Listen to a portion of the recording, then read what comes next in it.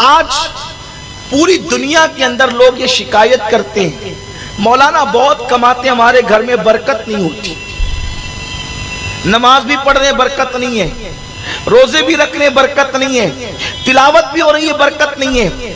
हम कहते हैं बरकत के लिए जब तक रहमत के फरिश्ते नाजिल न हो, घर में बरकत कैसे हो सकती है?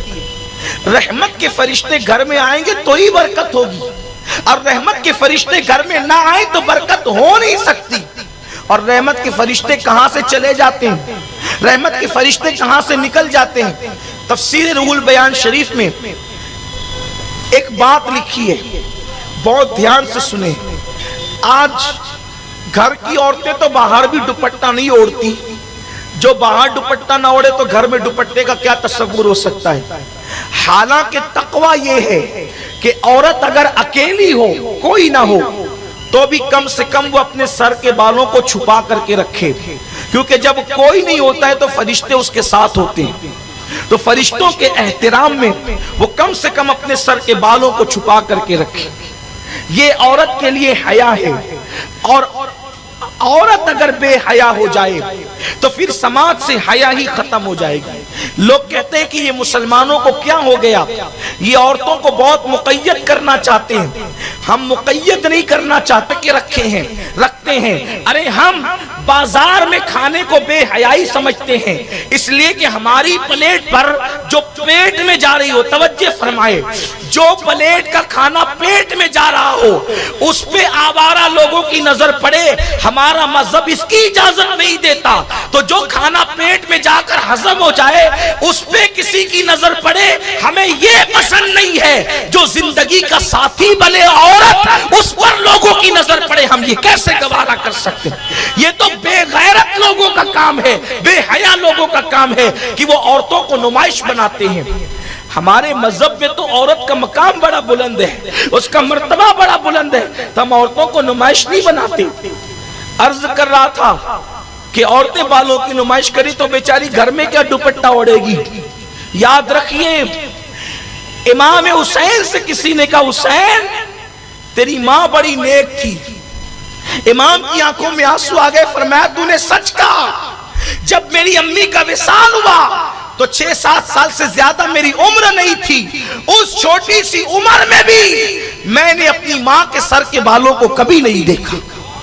जिसने अपने बेटों से भी अपने सर के बालों की हिफाजत की है वो नबी की शहजादी सैयदा फातिमा सलामुल्लाह अलैहा। अस्सलामु अलैकुम व रहमतुल्लाहि व बरकातुहू। रुक जाए मेरे प्यारे अजीज दोस्तों, अगर आपने वीडियो को प्ले कर ही दिए हैं तो आप सैयद अमीनुल कादरी साहब के इस बयान को सुनकर जाइएगा कि हमारे घर में गरीबी क्यों आती है, इसके कारण क्या है। बहुत सारे ऐसे भी मुसलमान भाई हैं जिनके घर में बरकत नहीं हो रही है, उनके घर में गरीबी आ गई है, उनको कारोबारों में बरकत नहीं हो रही है। तो इसकी वजह क्या है कि हमारे और आपके घर में गरीबी आया हुआ है।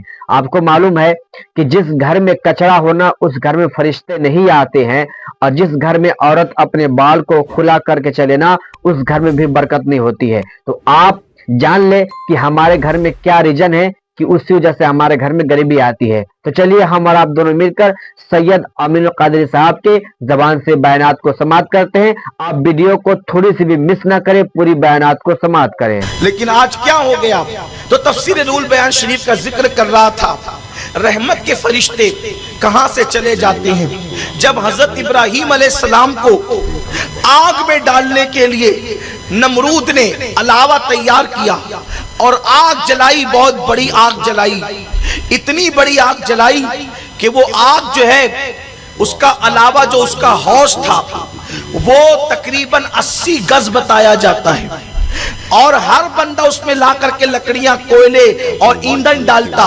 हत्ता कि औरतें मन्नतें मानती कि मेरे बच्चे को शिफा मिलेगी तो चरखा काट कर जितनी रकम आएगी वो सब इब्राहीम को जलाने के लिए मैं खर्च करूंगी। इतनी शिद्दत पैदा की गई थी इब्राहीम अलैहिस्सलाम के खिलाफ। हजरत इब्राहीम अलैहिस्सलाम के लिए जब कई दिनों तक के आग भड़कती चली गई तो फिर इब्राहीम अलैहिस्सलाम को अब आग में डाला कैसे जाएगा, ये एक अजीब मसला था उनके लिए। तो शैतान ने आकर इंसानों को मेंजनीक बनाना सिखाया, गोफन जिसको कहते हैं मेंजनीक, वो बनाना सिखाया। और जब वो लोगों ने मेंजनीक तैयार कर दी तो तैयार करने के बाद मंजनीक और गोफन आप समझते हैं ना कि रस्सी खींची जाती है और खींच करके छोड़ दी जाती है, तो जो पत्थर रखा होता है उस पर जाकर के लगती है और वो बहुत दूर तक कई मीलों तक के पत्थर जाता है। तो पत्थर की जगह हजरत इब्राहिम अलैहिस्सलाम को बिठाया गया और रस्सी खींची गई ताकि हजरत इब्राहिम अलैहिस्सलाम को आग में डाला जा सके। लेकिन इब्राहिम अलैहिस्सलाम को बिठाने से पहले नमरूदियों ने कई दिन तक के प्रैक्टिस की, कई दिन तक के उन्होंने मशक की कि हम रस्सी कैसे खींचेंगे। हर दिन रस्सी खींचते तो खिंचाती, हर दिन रस्सी खींचते तो खिंचाती। एक दिन ऐसा हुआ कि जब इब्राहिम अलैहिस्सलाम को आग में डालने की बात आई तो इब्राहिम अलैहिस्सलाम का कुर्ता उन्होंने उतार लिया और इब्राहिम अलैहिस्सलाम को बिठा दिया मंजनीक के सिरे पर। फरिश्ते आओ फुगा करने लगे, रब से अर्ज करते मौला एक ही बंदा तो तेरा नाम लेता है, उसे भी जला दिया जाएगा, हम उसकी मदद करने के लिए जाना चाहते हैं, हम उसकी इमदाद करना चाहते हैं। तो अल्लाह ने फरमाया ठीक है जाकर के इमदाद करो। इधर से नमरूदी रस्सा खींचते हैं और उधर से फरिश्ते रस्सा खींचते हैं। तो फरिश्तों की ताकत के सामने नमरूदियों की ताकत फेल हो गई। तो उन्होंने कहा कल तक के ये रस्सा तो आसानी से खिंचा रहा था, आज ये क्यों नहीं खिंचाता। तो उस वक्त तो शैतान एक बुढ़े की शक्ल में आया और आने के बाद कहा कि ये रस्सा अभी खिंचा जाएगा, ये रस्सा अभी खिंचेगा, एक चंद औरतों को बुलाओ। चंद औरतें बुलाई गई और जब औरतें बुलाई गई तो उसने कहा इन औरतों से कहो कि अपने दुपट्टों को उतार दे। जब उन लोगों के दुपट्टे उतार दिए गए तो रस्सा खिंचा गया। लोगों ने पूछा हैरत है अब तक की रस्सा नहीं खिंचा रहा था, औरतों ने आकर के दुपट्टा क्या हटाया कि रस्सा खिंचा गया। तो उस वक्त शैतान ने जो बात बताई वो ये थी कि जो तुम इस तरफ से रस्सा खींच रहे थे उधर से रहमत के फरिश्ते रस्सा खींच रहे थे, लेकिन जैसे ही औरतों ने अपने सर को नंगा कर दिया, जहां औरतें अपने सरों को नंगा कर देती है वहां से रहमत के फरिश्ते चले जाते हैं।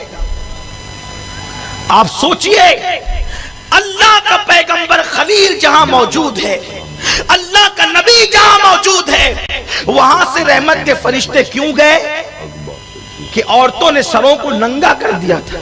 नबी की मौजूदगी में भी अगर औरत सर को नंगा कर दे तो वहां से रहमत के फरिश्ते जा रहे। रिवायत से तो यही पता चलता है बज़ाहिर। अब आप मुझे बताएं, हम और आप कहते हैं घर में बरकत नहीं होती तो हम अपने घरों का